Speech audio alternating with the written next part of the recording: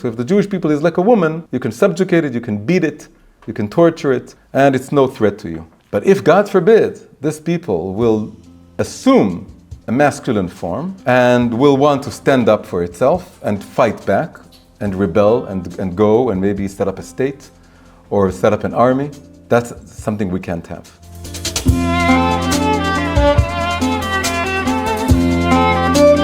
This video was made possible through the kind support of my sponsors over at Patreon. Patreon is a great way to help independent creators like myself produce original content. If you'd like to get more English language videos from me, please consider becoming a supporter via Patreon. You can find the link in the description below. Thank you very much. There's a saying by the Alter Rebbe, the guy in this picture, Rabbi Shneor Zalman of Ladi. He said we should be living with the times. When he said we should be living with the times, he meant that we should be reading the weekly portion, the weekly parasha, through current events, current personal events and current national events and current global events, whatever is going on now. And through the faith that the Torah is eternal, the Torah isn't just a history book, isn't just a book of laws, it's also a book that reveals to us the inner meaning and the hidden layers of everything that's going on in the world today and everything that's going on in our lives. And there's a hashgacha, there's a divine providence, there's a synchronicity between the weekly portion and whatever it is that is taking place in the world or in our own personal lives. And this week we are beginning a new Chumash, the second Chumash. This Shabbat we said, Chazak, Chazak, v'nitchazek. We strengthened ourselves, we connected to new strength in order to make the transition from the first book to the second book. The first book is a book about individuals and then about a family. But it's still very much in the individual sphere, in the family sphere, it's a personal story. When we move to the second Chumash, it becomes not just the story of individuals, but the story of a nation. The family is growing to become a nation. And it's not just a transition from an individual story to a collective story, it's also the transition from a story of individuals who are, on the whole, free individuals. They have trials and tribulations, but they're free individuals, into a story of enslavement.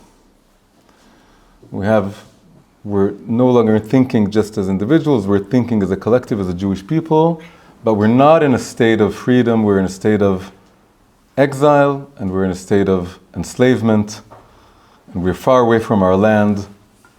And when we left the land, it seemed that things were going well. There was a lot of plenty in the other country, in Egypt. There was food, there was rain. They were hospitable. They welcomed us. They took us in. They accepted us. But as often happens, they have a short memory. And then we have a new Pharaoh. And the new Pharaoh, there are two opinions. One is that it was really a new Pharaoh. There was elections or whatever it was. And there was a new ruler. And the ruler has a short memory. He doesn't remember. He's not grateful to Yosef and to his siblings and to their descendants. And this is very much symbolic. The other opinion is that it was really the same Pharaoh, the good friend of Yosef, who loved him so much, who made him second to the king. But again, Yosef died and the moods changed. There's mood swings. This is symbolic of something that we all know in Jewish history. That once we are not on our own lands, on our own terms, we're at the mercy of the mood swings of the nations. And this is something we're experiencing right now on a global scale. Many, many Jews living all over the world, many, many different countries. Life was good. People were hospitable. The nation was accommodating. Everyone was friendly. People seemed on good terms one with the other. And then there's a new Pharaoh. There's a new atmosphere. And then they're saying, no, these people are a threat. They want to take over us. They want to replace us. They're a global threat. It doesn't matter how much you explain. All the hasbara, it doesn't work. It's not rational. Paro is a symbol of irrationality in the Bible. He is Pharoah. Pharoah, it means there's wild. His thoughts are wild. It's like he's compared to the superconscious crown, but in the most negative way there is. Right? In the psychology, in Hassidic psychology, we have the conscious powers and we have the superconscious, just like the subconscious, there's the superconscious. And the superconscious, when it's a divine soul, is something very good, very high, full of light. But then there's also the superconscious of the other side, the sitra achra, the evil forces, the negative forces that move in the world.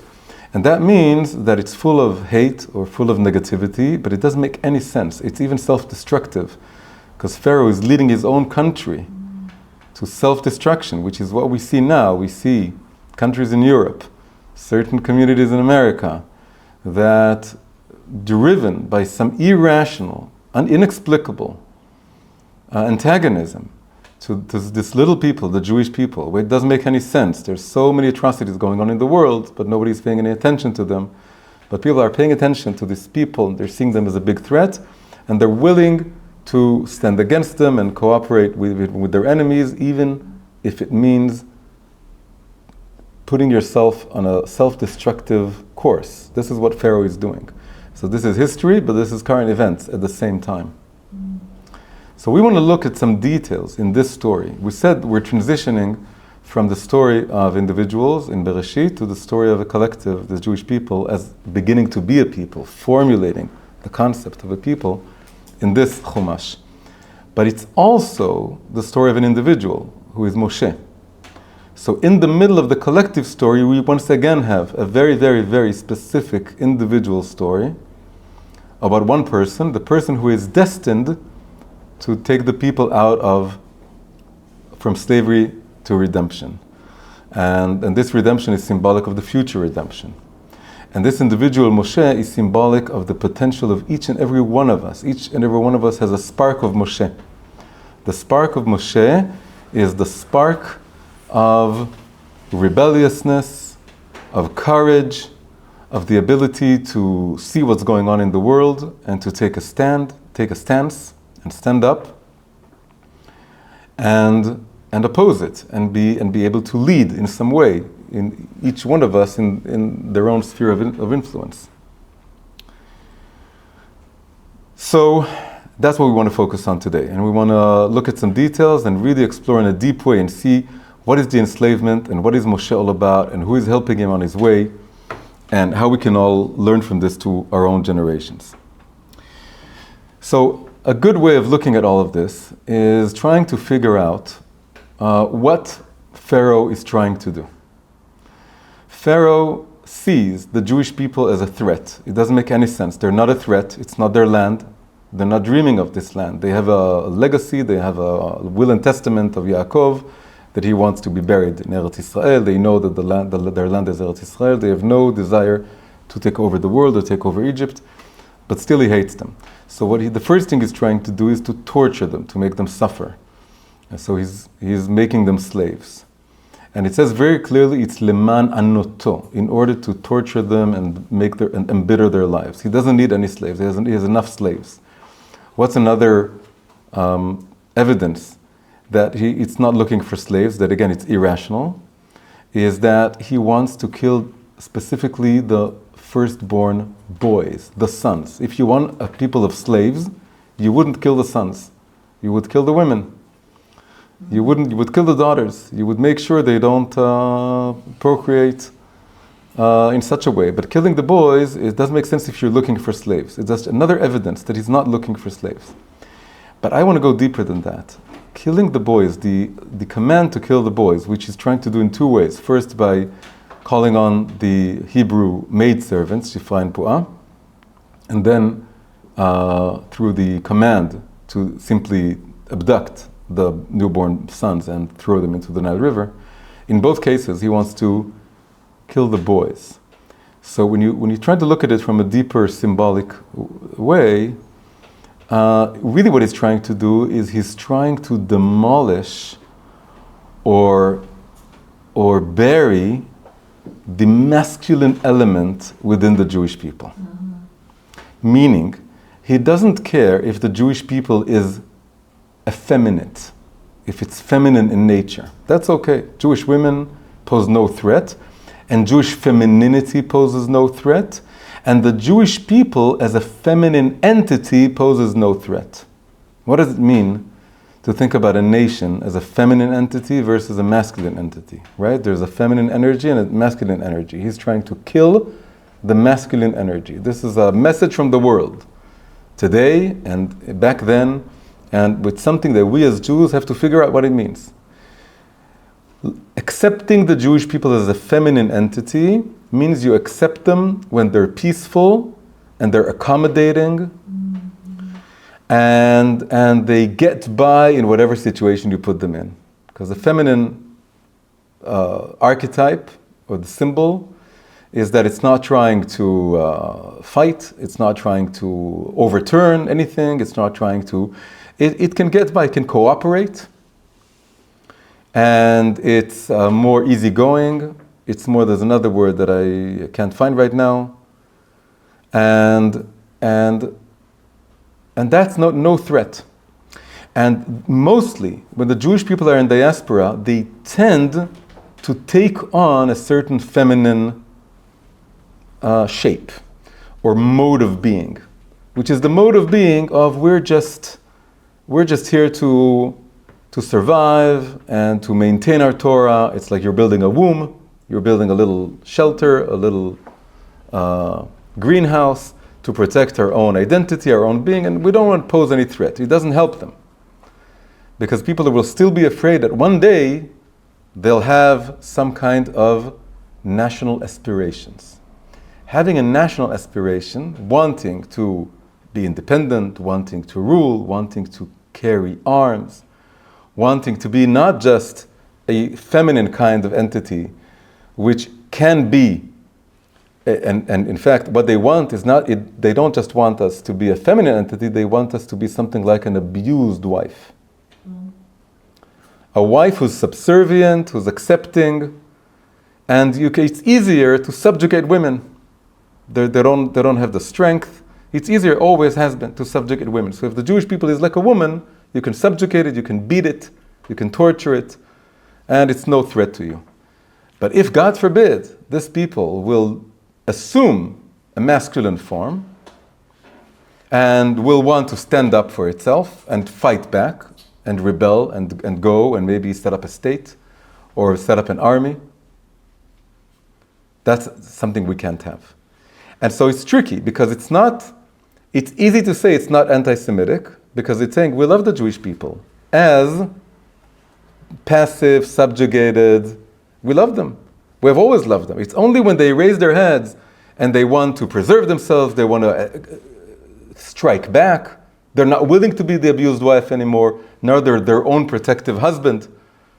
Right? The Jewish people has two sides. There's the wife. Maybe the wife could be a beaten wife, but then their husband comes along, which is the masculine aspect of Judaism, saying, I'm not taking this anymore. I'm standing up for my wife, which is myself, which is the Knesset Israel. I'm not just Knesset Israel, I'm also a lion, I'm also all kinds of masculine images. So Pharaoh trying to kill the babies, which of course the simple explanation is that his Khartoumim, his fortune tellers, told him that one of those sons is going to be the savior. That all this masculine element is going to coalesce and come together and produce a leader which is exactly the kind of Jewishness that you don't like, that you don't want. It's a threat to you. So he's trying to kill all of them, to suffocate the masculinity. So we need to understand as Jews, or as people who support Jews, and we'll talk about that in a second too, because we have a big non-Jewish Jew supporter in the Parsha also.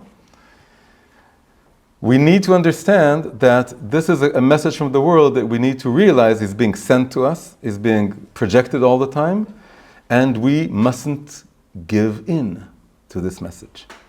We can't have it. It's maybe easier to play the part that the world wants you to play, because then nobody's going to hate you, and you'll be on the so-called the right side, and you'll be loved, you'll be embraced, but you'll be embraced as someone who is half the person you're meant to be. It's only your feminine side, not your masculine side. So that's the first element to look at. Now, despite all this, Moses is born and is able to grow up and is able to become the Redeemer. How is that made possible? Beautifully, incredibly.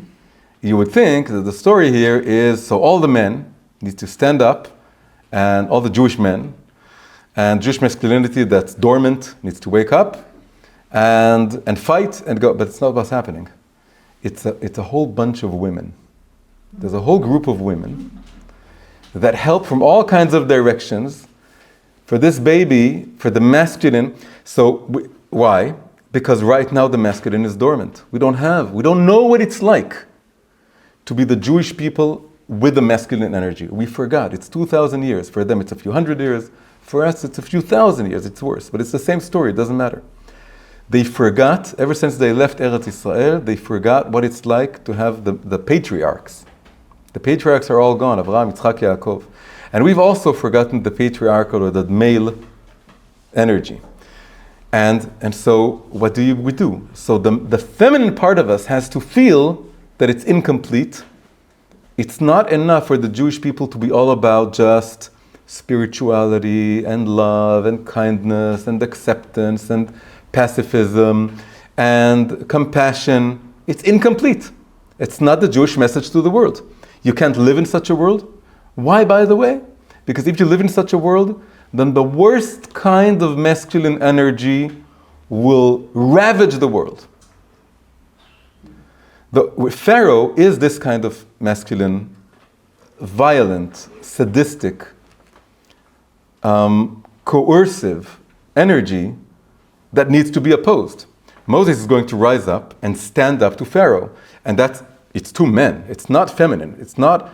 The women can't do what Moses is doing. You need a masculine energy. Maybe you can find a woman, but you wouldn't need to be very masculine in order to do it. You need the masculine energy. That's why it's Moshe, Moses versus Pharaoh. It's two men. But it's a group of women, it's a bunch of women, it's a coalition of women who help them. Who are the women? First, it's the two not maidservants, the two, miyaldot.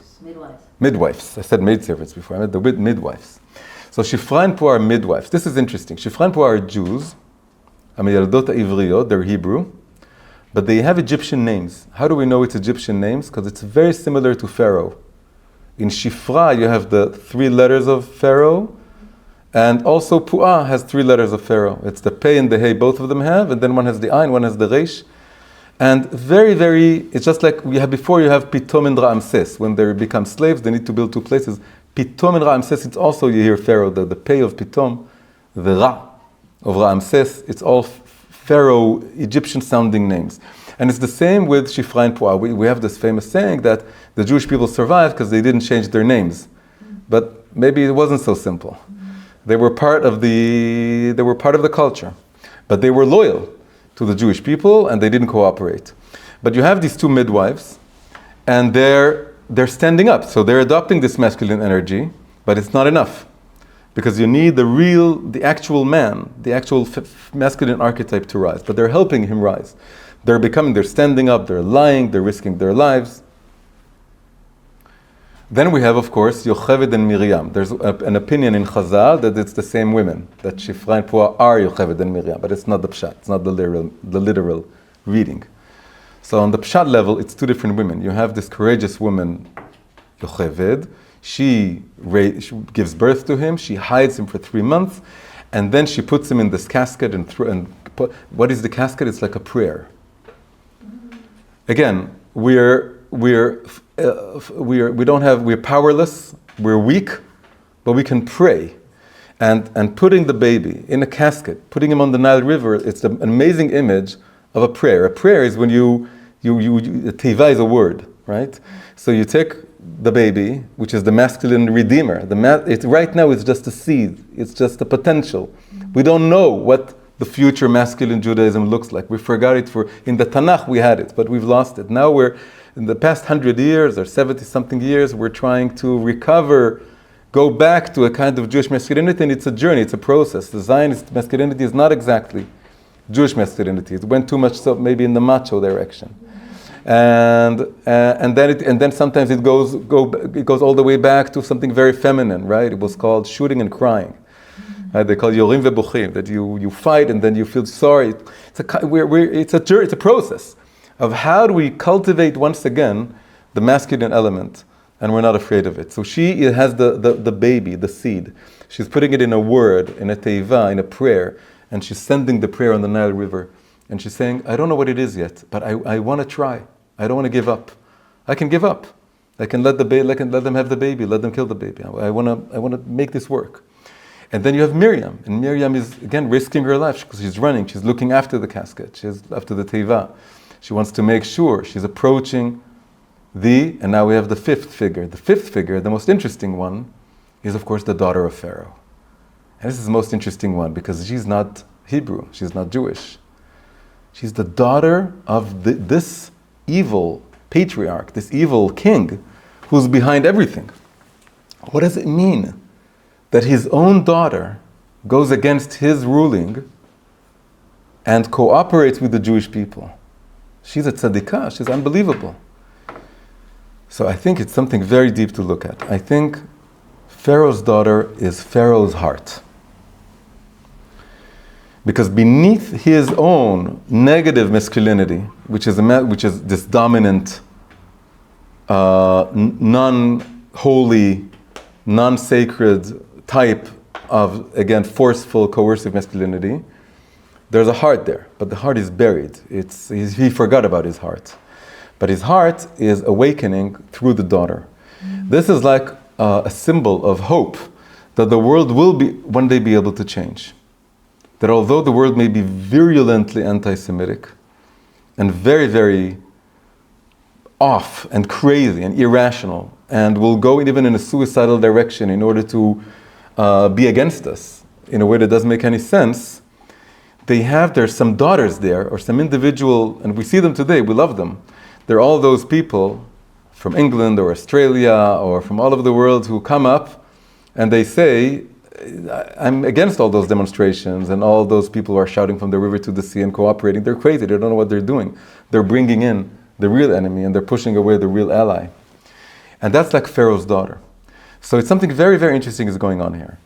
In order to produce the proper rectified masculinity, because the whole story here of Pharaoh versus Moshe is rectifying masculine energy from something that is used to enslave and to project force in a way that represses the enemy into something that is able to stand up to that kind of masculinity and redeem everyone, including the feminine energy, the feminine aspect.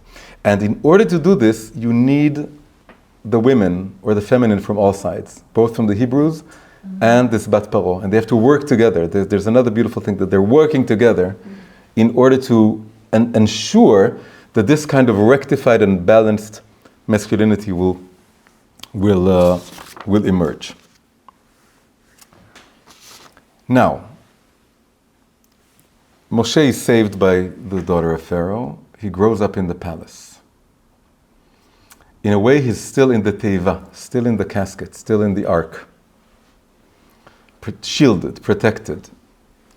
And then so we started with him as a baby, right? The whole story here is the maturation and the growth and the emergence of this kind of rectified masculinity who's able to fight back, but not in a way that wants to enslave, in a way that wants to fight the enslavers and rise up and be able to form and build a real balanced nation, not in a state of exile, which is the abused wife state.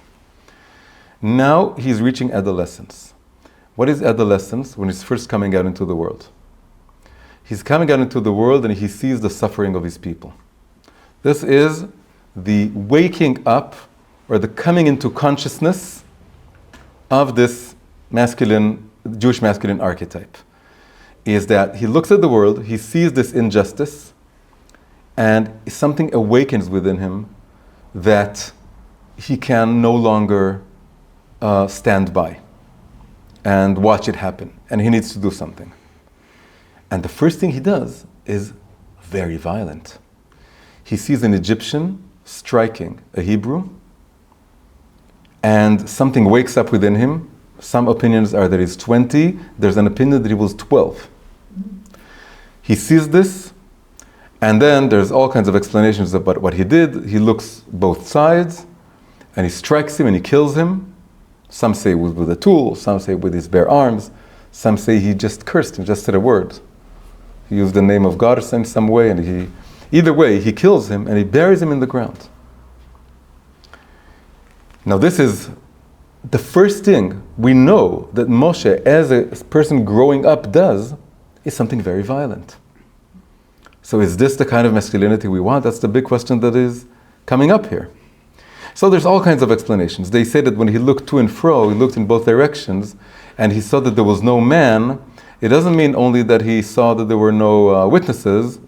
He looked into the future Gilgulim, the future incarnations of this Egyptian, and he saw that no good person is ever going to come out of him. Because when you kill a person, you're killing all his future descendants. And so he was able to see it in some prophetic way, and so he knew there's another, and that's more relevant to what we want to say here now, is that this Egyptian was a reincarnation of Cain, the first murderer, and Moshe is a reincarnation of Abel, Hevel, and this is Hevel's revenge on Cain, Abel's revenge on Cain. He kills him, and he buries him, just like Cain killed Abel and buried Abel. But the question remains, is this how we want to rectify the violence? What is Cain and Abel? It's the masculine violence when it just came into the world. The world began, and the very second generation, you had a son, a murderer who killed his own brother. And then the cycle of violence began. And everyone is crying about the cycle of violence, the cycle of bloodshed. How do we end the cycle of bloodshed? And people think you end the cycle of bloodshed by being a pacifist, by not exercising any kind of force. But the story that we have here is different.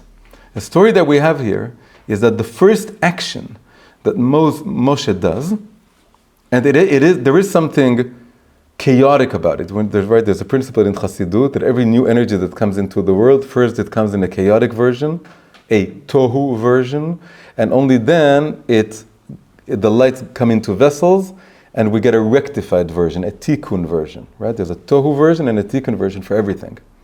So this is a bit tohu, this act, and it doesn't make any sense.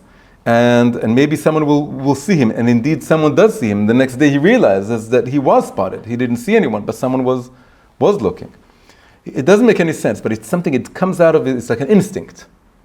And it's like a masculine instinct. And you see someone beating up someone, and you go up and you stand up to him, and you fight back, and then you kill the killer. The message here, I think, is very profound. The message here is that you don't, as tempting as it may be, and as tempting, as beautiful as it may sound, you cannot end the cycle of violence by stepping out of it. That is going back to the abused woman, feminine, incomplete feminine energy. You need a kind of rectified masculine energy that is able to fight back and kill if necessary, but it has to be a kind of what was later known as a just war or a justified war, an action that's based on justice, that is seeking justice, that has absolutely zero sadistic energy to it. And later on in the parsha, we get a beautiful image of this kind of masculine rage even. But it's rage, but it's controlled rage. How do I know? Because when God reveals himself to Moshe later on, the image is of a burning bush that is not consumed by its own fire.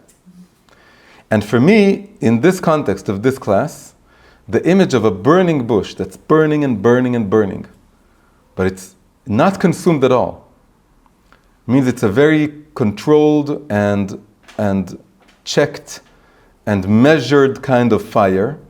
This is the kind of masculinity that Moshe is now building. He's building this fire. So it was an instinct, but it was an instinct that it was basically either the Egyptian or the guy he's probably beating him to death. And so he stopped him and he killed him and he buried him. And this is a rectification of Cain killing Abel. So as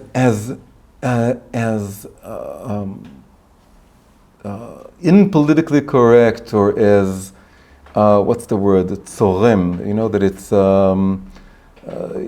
unappealing. I don't know what the best word. As unappealing as words like revenge or you know, striking back may sound to us, the message of this story, when you take it in, that this is a tikkun somehow, a nekama, a revenge of Hevel on Cain, is you realize that the message here is that if Hevel doesn't learn to also use force, you're not going to have a pacifistic world. You're going to have a world in which Cain rules the world.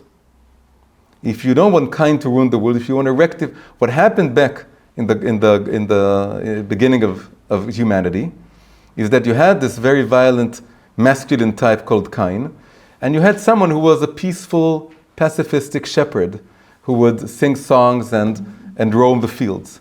And it doesn't work. The shepherd dies, and then the killer. And Moshe is Hevel returned, but this time he's growing up. He's coming out of the palace, coming out of this cocoon, this shell, this greenhouse, and realizing that in order to come out of enslavement, and the message of the world that we only love you if you're passive and you don't fight back and you need to be able to stand up, including bearing arms, including killing if necessary, and not crying over it. You may have some regret, but you're not conflicted. It's integrated in such a way that you remember that if you wouldn't have done that, if you wouldn't have fought back and killed, then worse things would have happened. And if you don't live in a perfect world, it's not an ideal world, it's a complex world, the world we live in today.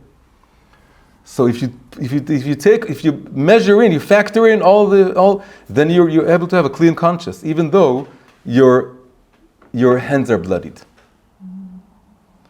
So very, very complicated message. Now there's another thing that's going on here.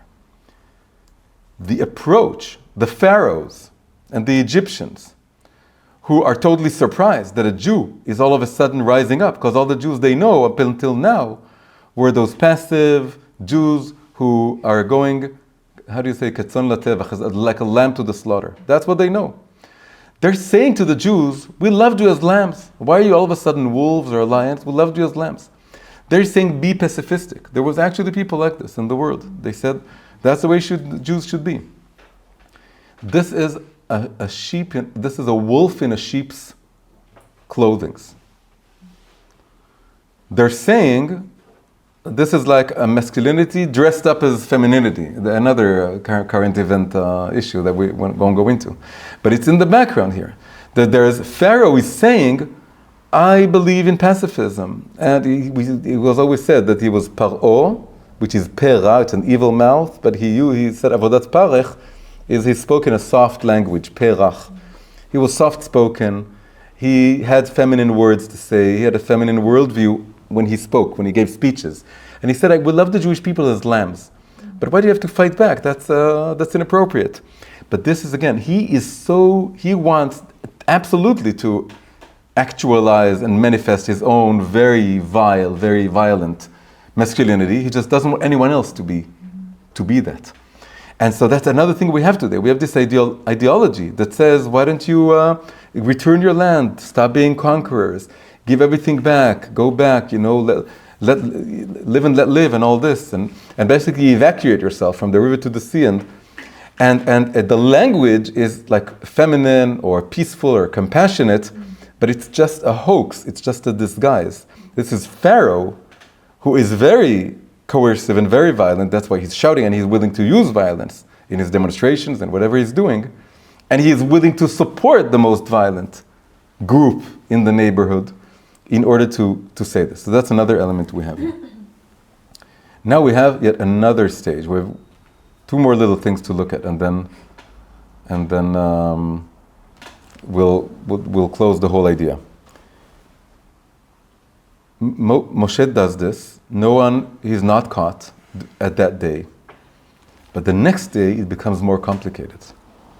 Now, it's no longer the Egyptian hitting a Hebrew. Now he sees a Hebrew hitting another Hebrew. What's going on here? Why are the Jews fighting among themselves? There's a much worse enemy at the gate. It's Pharaoh. Again, we totally see this now. We have enemies, very near, very far. We have enemies right here at the door. We have all their supporters in the Egypt that surround us. All the rising anti-Semitism. Why are Jews fighting? Now, the Jew that's hitting the other Jew is just like Pharaoh, very self-destructive. Why? Because he is now, Moshe is coming, he doesn't hit back, he's trying to make peace between Jews. He's saying, why are you hitting your friend? And then he tells him, oh, and are you going to now kill me like you killed the Egyptian yesterday?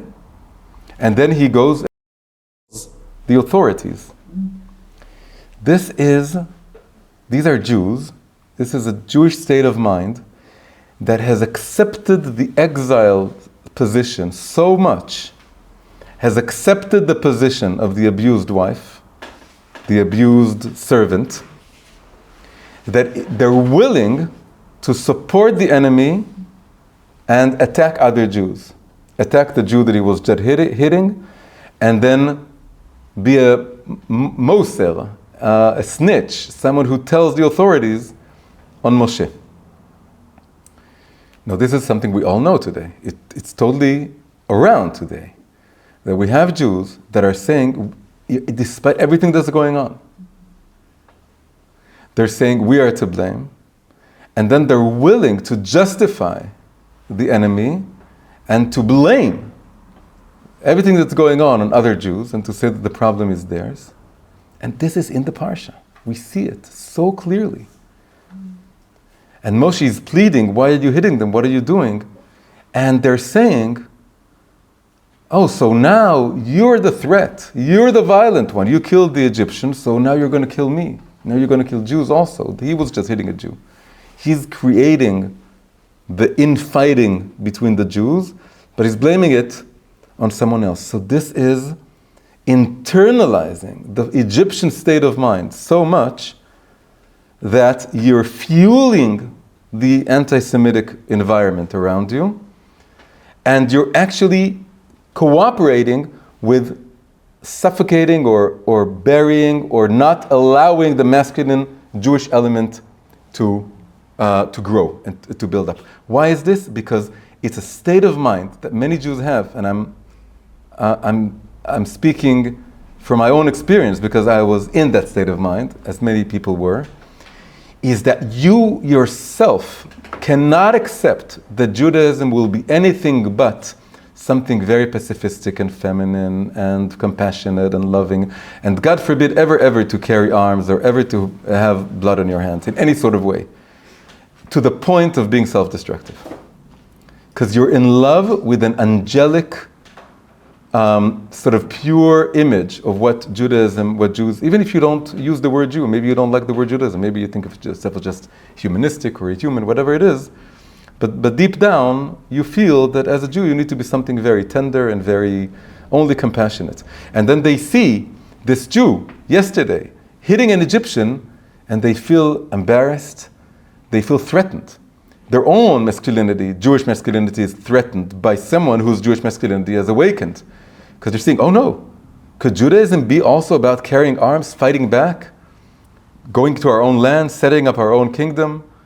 No, because that would mean fighting and killing and being part of politics, and that would mean we could be a little bit like Pharaoh. So we prefer having Pharaoh rule, having the negative, much worse negative masculinity of the world. In our case, it's of Islam or whatever it is. We prefer that to rule to being ourselves to build. So you can see that the opposition to the emergence of Jewish masculinity is not just on the outside, it's on the inside.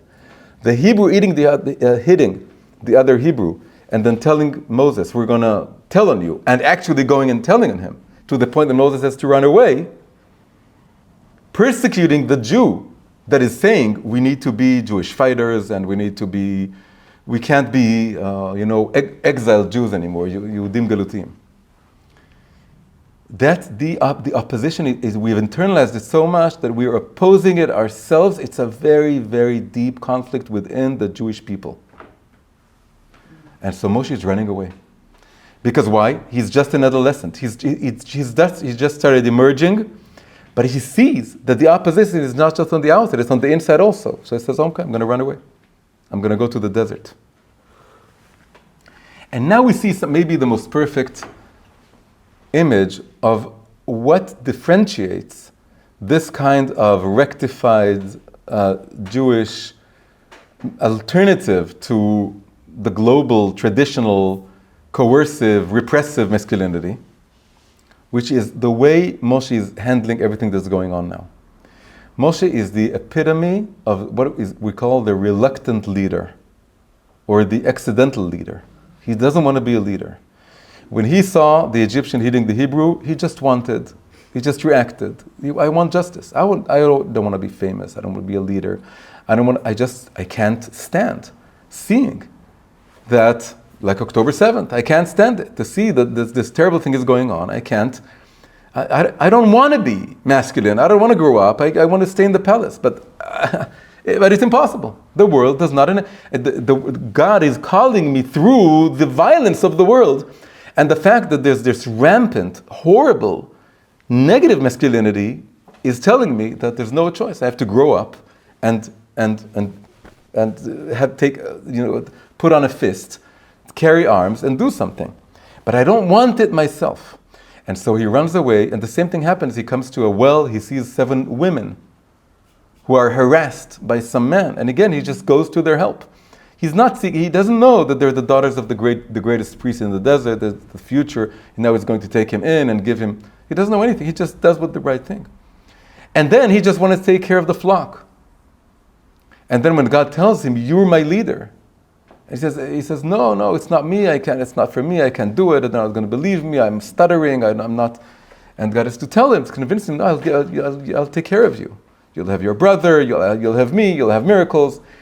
And why is he the reluctant leader? Because there's something, if you want to take power, to assume power, to project power, this is the consuming fire. This is the negative.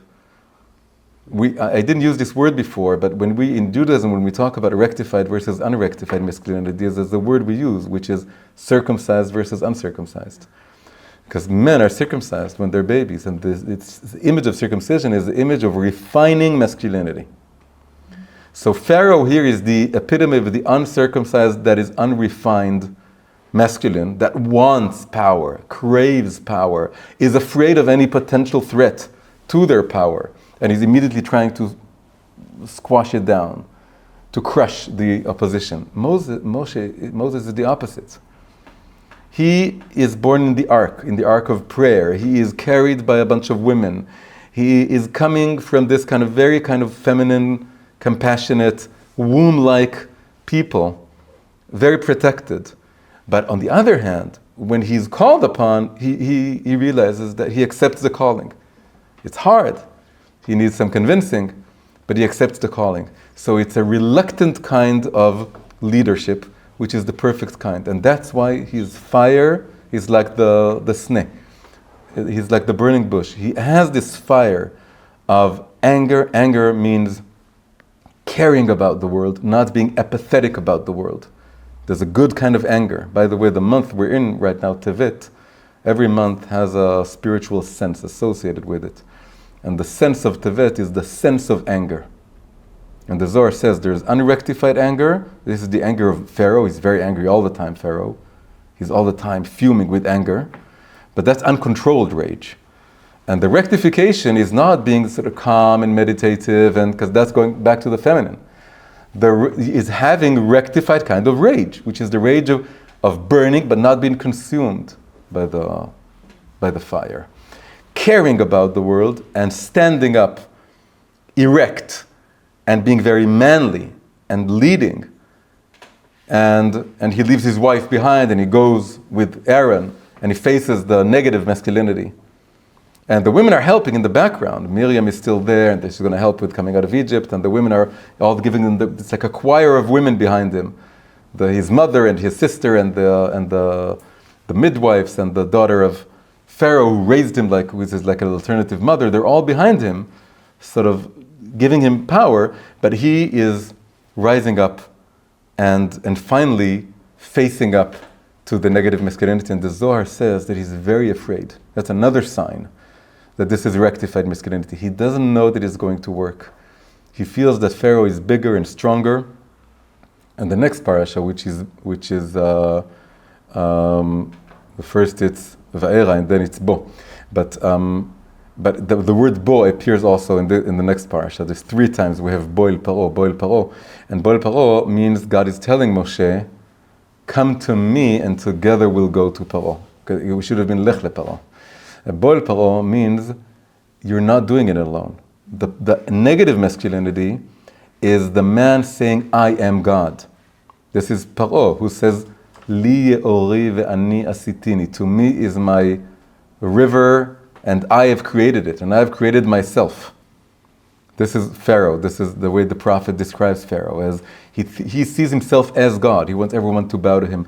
The rectified masculinity doesn't feel that it's the top of the hierarchy.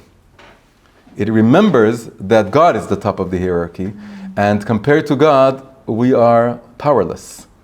And so we see so many signs of how Moshe embodies the rectified Jewish holy model of masculinity, which is exactly what we need to stand up to the unrectified, uncircumcised, unrefined masculinity of the world. That if we just let it be, it'll destroy the world. So we see that he's following his instincts, not because he's looking. We see that he's the reluctant leader who's only when he's called upon, he becomes the leader. We see that he has a rage, but it's controlled. And we see that he constantly remembers that it's not him. He's just a channel, he's just a conduit. He has the staff, and he's fearful. Every time he approaches Pharaoh, he doesn't feel to be at the top of the hierarchy, but he knows that he is serving the infinite power that is at the top of the hierarchy, and that wants us to rise up and face this evil with the rectified masculinity. So this is our observation for this year's Parashat Shemot. Hi everyone, if you enjoyed this episode, please press like, subscribe to the channel, and leave a comment. If you want more English language videos from me, please consider becoming a supporter via Patreon. You can find the link in the description below. Thank you very much, and see you in the next episode.